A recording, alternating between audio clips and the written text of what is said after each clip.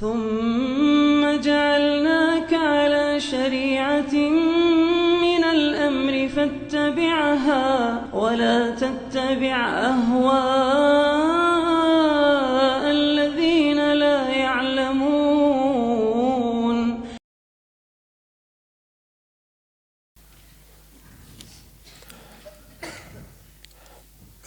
بسم الله.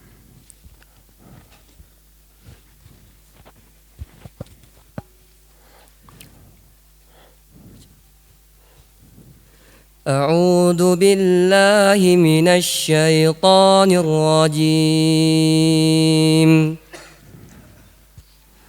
والذين يتوفون منكم ويذرون أزواجا يتربصن بأنفسهن 4 أشهر وعشرا فإذا بلغن أجلهن فلا جناح عليكم فيما فعلن في أنفسهن بالمعروف والله بما تعملون خبير. بسم الله الرحمن الرحيم. الحمد لله رب العالمين. الصلاة والسلام على المبعوث رحمة للعالمين نبينا محمد وعلى آله وصحبه ومن تبعهم بإحسان إلى يوم الدين. أما بعد. Baik, ini ayat yang ke-234 dari surah Al-Baqarah. Qala Rabbuna Jalla wa Ala walladzina yatawaffawna minkum ويذرون أزواجا يتربصن بأنفسهن 4 أشهر وعشرا فإذا بلغن أجلهن فلا جناح عليكم فيما فعلن في أنفسهن بالمعروف والله بما تعملون خبير. والذين يتوفون منكم, orang-orang yang wafat di antara kalian, wa yadharuna azwaja, dan mereka meninggalkan istri-istri, yatarabbasna bi anfusihinna 4 ashhuri wa ashra. Karenanya para istri itu menangguhkan dirinya berihdad selama 4 bulan 10 hari, 4 bulan 10 malam.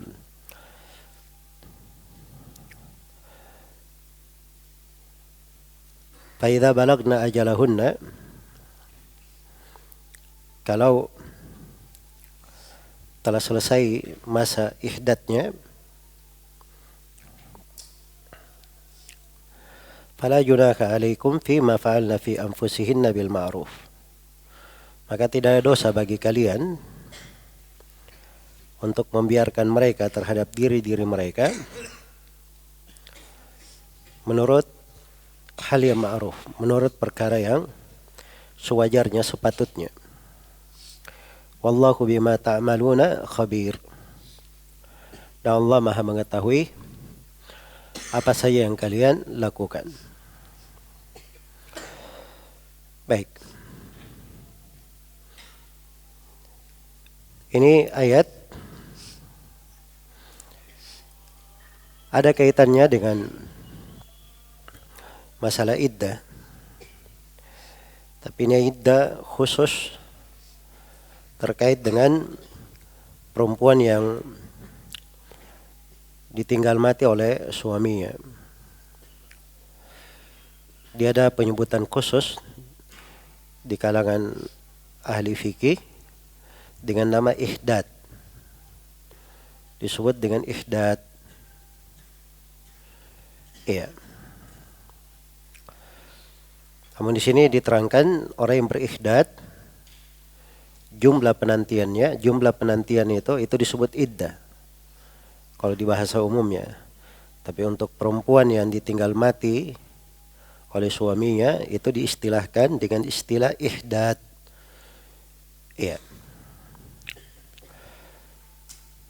Jadi terangkan di sini hukum terkait dengan kejadian-kejadian atau hal-hal yang seperti ini. Baik. Kita detailkan dari kandungan ayat. Dikatakan walladzina yutawaffawna minkum, dan mereka yang diwafatkan di antara kalian. Maksudnya diwafatkan, maksudnya meninggal, yang telah lengkap, telah sempurna ajalnya. Wafat itu dari kata al-wafa. Jadi katakan tawaffa atau istaufa, itu sama maknanya. Artinya akhdhu syai' wafian. Dia telah mengambil sesuatu itu secara lengkap, secara sempurna. Kenapa orang yang meninggal dikatakan wafat? Karena dia telah menjalani umurnya secara sempurna. Sudah berlalu umurnya secara sempurna. Makanya disebut al-wafa. Itu sudah bahasa Indonesia, wafat. Wafat itu dari kata bahasa Arab, dari kata al-wafa. Artinya sudah lengkap, sudah cukup. Jadi katakan dia wafat apabila dia telah menjalani seluruh umurnya, telah mengambil seluruh umurnya. Walladzina yutawaffawna minkum, dan mereka yang diwafatkan di antara kalian. Ini terkait dengan suami yang wafat, yang meninggal. Iya, bukan sebaliknya. Bukan istri yang meninggal, yang wafat kemudian meninggalkan suami, tidak. Tapi ini terkait dengan suami yang wafat meninggalkan istri-istri. Wa yadharuna azwajan. Wa yadharuna azwajan, dan mereka meninggalkan istri-istri. Iya. Maksudnya meninggalkan istri-istri setelah mereka. Meninggalkan istri-istri setelah mereka. Ya, rabit antara mubtada dan khabar di jumlah ini itu ada ditakdirkan pada kalimat ba'dahum wa yadharuna azwajan yatarabbasna ba'dahum. Ya, itu dari sudut bahasa. Jadi mereka yang wafat dan meninggalkan istri-istri menanti setelah mereka, mereka menunggu terhadap diri-diri mereka setelah suami itu meninggal. Azwajan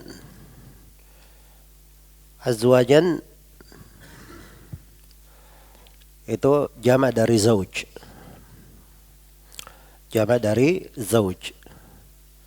Zauj artinya pasangan hidup. Asal kata zauj itu berlaku untuk laki-laki dan perempuan. Karena itu dikatakan di sini wa yadaruna azwajan. Azwajan artinya meninggalkan istri-istri. Dan di dalam bahasa Arab suami disebut zaujun, istri juga disebut zaujun. Para suami disebut azwajun, para istri juga disebut azwajun. Itu bahasa fasih di dalam bahasa Arab. Hanya saja memang di sebagian tempat para ulama membedakan antara zaujun dan zaujatun. Kalau memang harus jelas perbedaannya, seperti di pembahasan warisan. Memang istilah yang dipakai oleh ahli faraid, mereka membahasakan zaujun untuk suami dan zaujatun untuk istri. Tapi kalau bahasa Arab asalnya zaujun dan zaujun berlaku untuk laki-laki dan perempuan, tergantung penggunaannya saja. Wa yadharuna azwajan, mereka meninggalkan azwajan, istri-istri. Apa yang mereka lakukan? Yatarabbasna bi anfusihinna. At-tarabbus artinya penungguan, penantian. Dia menanti dengan diri-dirinya. Maksudnya dia menahan dirinya untuk tidak menikah. Dia menahan dirinya untuk tidak menikah. Berapa lama dia tahan dirinya? Iya. Di sini bahasakan menanti ya. Karena perempuan itu tabiatnya sama dengan laki-laki. Dia perlu kepada pasangan hidup. Juga perlu kepada nikah. Karena itu apabila suami meninggal diperintah menahan diri. Lamanya berapa? 4 ashhurin wa asyra. 4 bulan.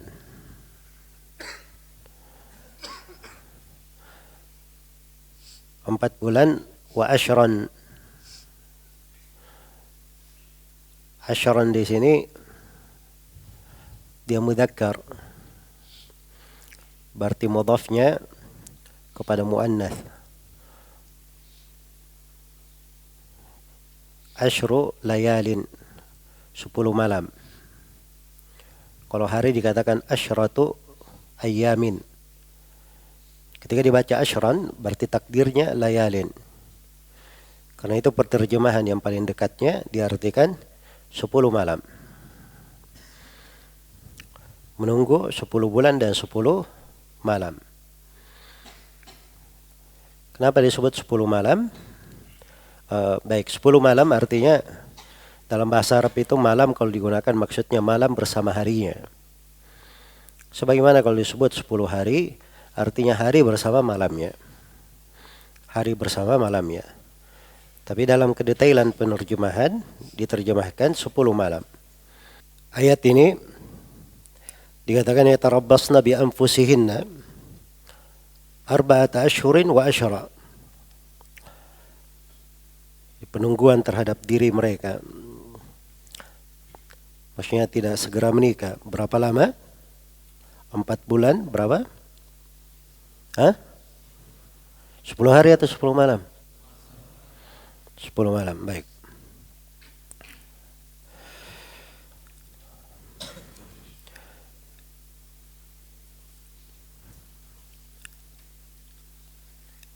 Ya. Dan ini hukum ya terkait dengan masalah ini, hukum yang terakhir. Akan datang nanti di ayat 240. Disebutkan menahan selama setahun. Nah, akan diterangkan di situ ada 2 pendapat. Banyak dari ulama memandang bahwa ayat yang ke-240 terhapus hukumnya dengan ayat ini. Dari ayat yang terakhir menunjukkan bahwa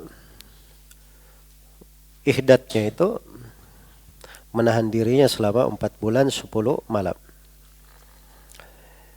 Iya. Dikatakan faida balagna ajalahunna, apabila para istri yang ditinggal mati suaminya itu telah sampai kepada waktu mereka, maksudnya sudah selesai waktu ihdatnya, sudah lepas iddah 4 bulan 10 malam, fala junaha alaikum fima fa'alna fi anfusihinna mim ma'ruf. Maka tidak ada masalah atas kalian. Kalian di sini ditujukan kepada wali-wali perempuan. Ditunjukkan kepada wali-wali perempuan. Dan ini dalil bahwa perempuan itu apabila dia menikah harus ada walinya. Termasuk perempuan yang sudah ditalak. Jadi yang perlu wali itu bukan cuma anak gadis saja. Perempuan yang sudah ditalak pun, atau perempuan yang ditinggal mati suaminya, itu semuanya perlu kepada wali. Iya. Ini khitab kepada walinya. Fala junaha alaikum. Maka tidak ada masalah atas kalian. Yang kayak bagaimana yang tidak ada masalah itu? Apa bebas sebebas-bebasnya? Tidak ada ukurannya. Fi ma fa'alna fi anfusihinna bil ma'ruf. Pada apa yang mereka kerjakan pada diri-diri mereka. Maksudnya di masa itu tidak ada masalah dia berpakaian bagus, berdandan, atau dia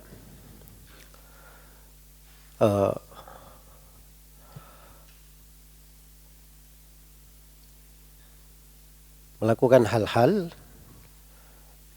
terkait dengan orang-orang yang melamarnya, datang melihatnya dan melamarnya. Tapi dalam batasan bil ma'ruf. Perkara yang wajar, yang sepatutnya. Yang sewajarnya, yang sepatutnya, tidak menyelisihi syariat. Tidak menyelisihi syariat. Iya. Kemudian di akhir ayat ditutup wallahu bima ta'maluna khabir. Dan Allah terhadap segala yang kalian lakukan maha khabir. Khabir artinya yang maha mengetahui rahasia-rahasia di belakang perkara. Khabir itu lebih khusus daripada alim. Alim maha mengetahui. Kalau khabir maha mengetahui juga, cuman dia lebih khusus maknanya. Maha mengetahui bawatin al-umur. Apa-apa yang tersembunyi, apa-apa yang berada di belakang sesuatu, batin sesuatu. Allah maha mengetahuinya. Baik. Jadi ini ayat dasar pokok di pembahasan ihdad. Iya. Baik. Kita petik dari ayat ini pelajaran-pelajaran hukum-hukum.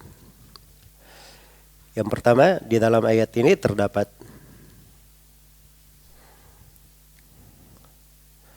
kewajiban ihdad terhadap perempuan yang ditinggal mati oleh suaminya.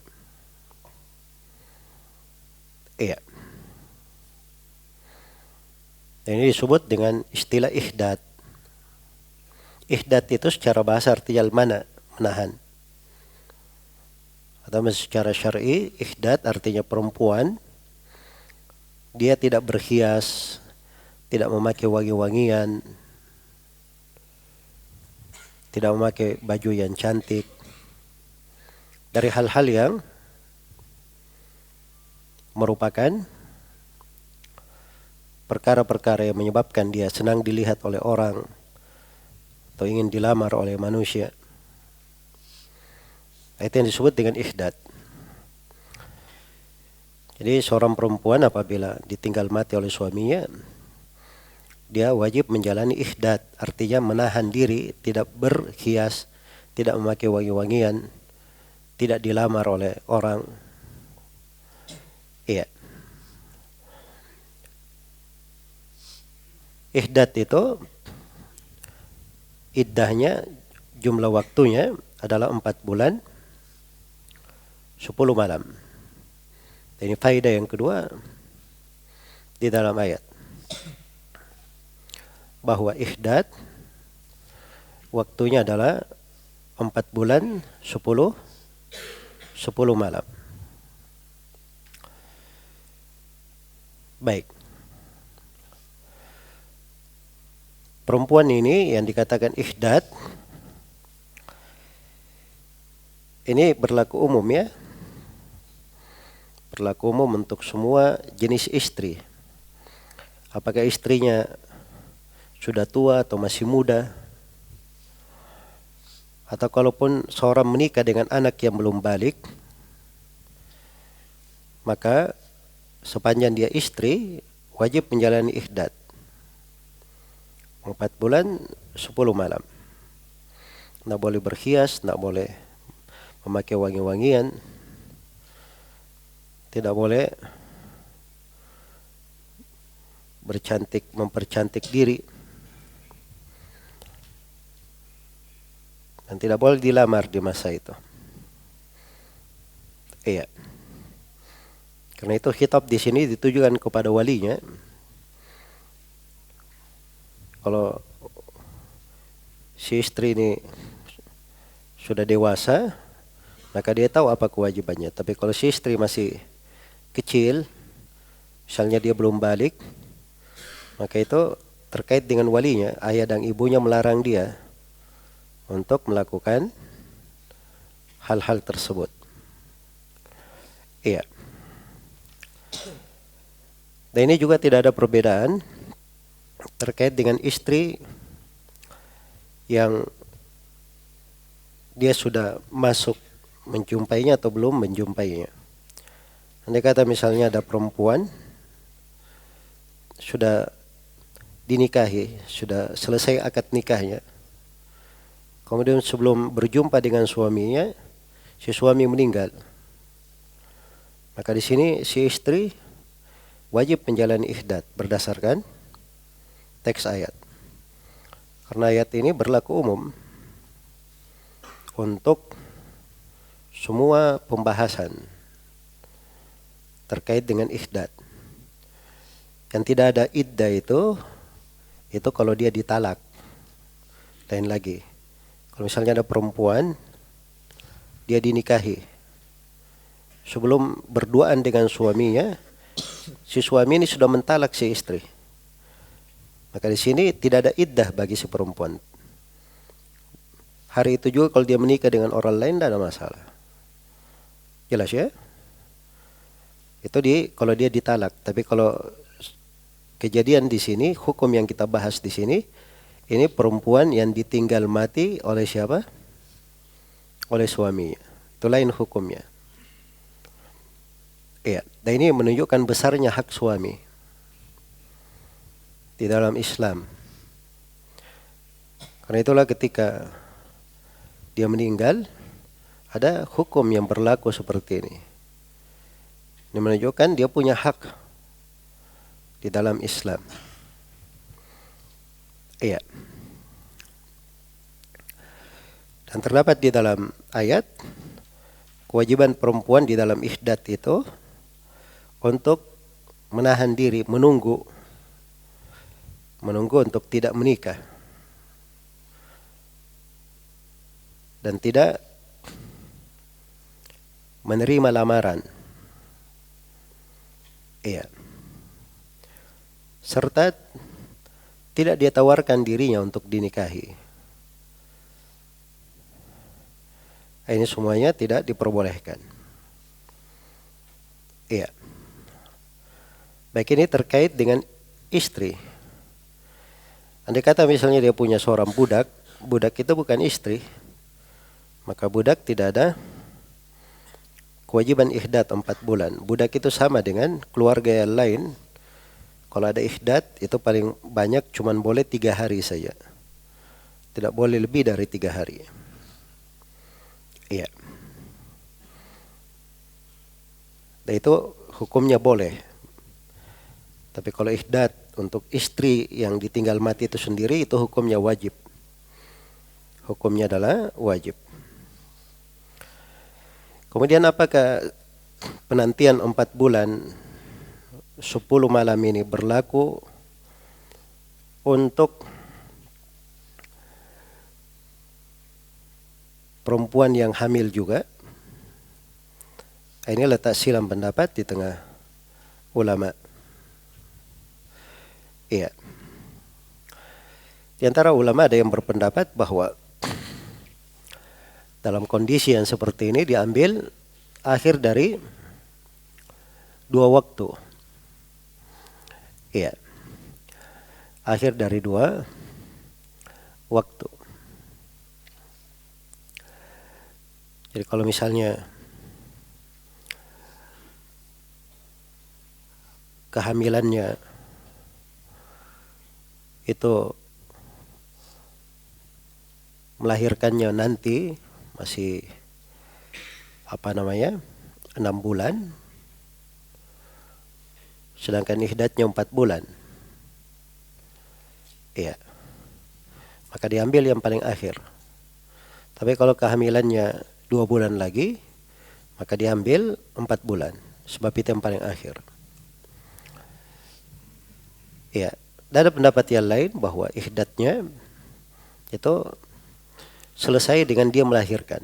Begitu melahirkan sudah selesai. Andai kata misalnya ada perempuan yang hamil, suaminya meninggal di hari itu, lalu besoknya dia melahirkan, maka dengan dia melahirkan sudah gugur ihdatnya. Iya. Dan ini pendapat yang kedua lebih dekat dan lebih sejalan dengan wejangan Nabi SAW dalam hadits riwayat Bukhari dan Muslim terkait dengan Subai'ah al-Aslamiyah radhiyallahu anha, di mana beliau telah hamil lalu melahirkan setelah kematian suaminya 40 malam. Begitu ada yang melamarnya, maka Rasulullah sallallahu alaihi wasallam menikahkannya. Ya, dan di antara melamarnya sahabat Rasulullah Abu Sanabil, ya, radhiyallahu taala anha atau radhiyallahu taala anhu, itu yang melamar Subai'ah atau Subai'ah al-Aslamiyah radhiyallahu anha. Nah, jadi ketika dia sudah selesai dari nifasnya, Subai'ah ini dia berdandan untuk orang yang melamarnya. Nah, ini menunjukkan bahwa perempuan itu boleh berdandan ya kalau dilamar, tapi pada hal yang wajar. Bukan berdandan yang menyebabkan orang itu tertipu. Jelas ya? Kalau nadhar itu tidak juga dikatakan disyaratkan pada saat nadhar dia tidak boleh berdandan. Tidak ada masalah ya dia berdandan, dia bersisir, dia mandi atau dia memakai sesuatu, tapi bukan hal yang menyebabkan orang tertipu dengan dandanannya. Sebab ada sebagian perempuan kalau dia berdandan kelihatannya bagus, tapi kalau tanpa dandanan hasilnya biasa-biasa saja. Jelas ya? Ini menipu namanya. Tapi kalau dia pada hal yang wajar, itu nggak ada masalah, tidak dilarang. Tidak dilarang. Baik. Jadi kesimpulannya terkait dengan perempuan yang hamil, kalau suaminya meninggal, maka iddahnya ketika dia apa? Ketika dia melahirkan. Iya, gugur ihdatnya ketika dia melahirkan. Gugur ihdatnya ketika dia melahirkan. Tapi kalau misalnya dia melahirkan masih lama, sudah berlalu 4 bulan 10 hari, maka itu nggak ada masalah. Baik. Kemudian 10 bulan 4 bulan 10 hari. Kenapa ihdat itu 4 bulan 10 malam? Dulunya di masa jahiliyah, orang-orang di masa jahiliyah, para perempuan itu kalau suaminya meninggal, itu menanti 1 tahun penuh. Iya, tidak boleh berhias, bahkan tidak boleh mandi. Nanti di akhir dia selesai, begitu selesai 1 tahun, maka mereka datangkan tikus yang sudah mati atau burung mati, lalu dikatakan bersihkan kemaluanmu dengan ini. Ya. Jadi ini budaya buruk manusia di masa jahiliyah.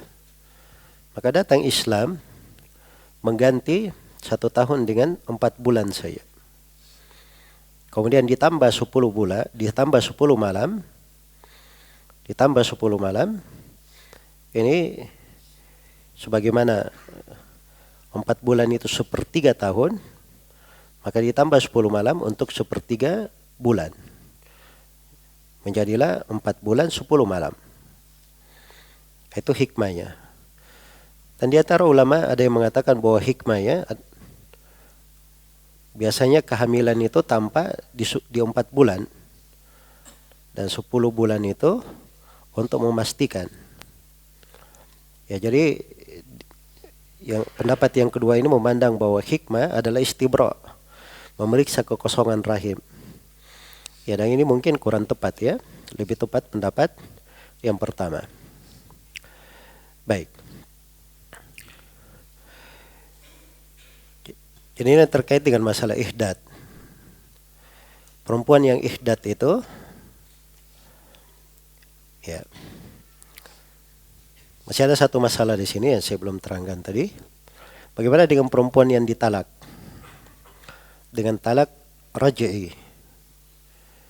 Ada suami dia mentalak istri yang masih talak 1, talak 2. Dalam masa penantian si suami meninggal. Apakah dia melakukan ihdat atau tidak? Jawabannya iya. Karena perempuan yang ditalak 1 dan ditalak 2 dan masih menjalani iddah, itu statusnya masih disebut sebagai istri. Sebagaimana yang telah kita terangkan di ayat wa bu'ulatuhunna ahaqqu bi raddihinna, dan suami-suami mereka itu lebih berhak untuk mengembalikan mereka, masih disebut suami.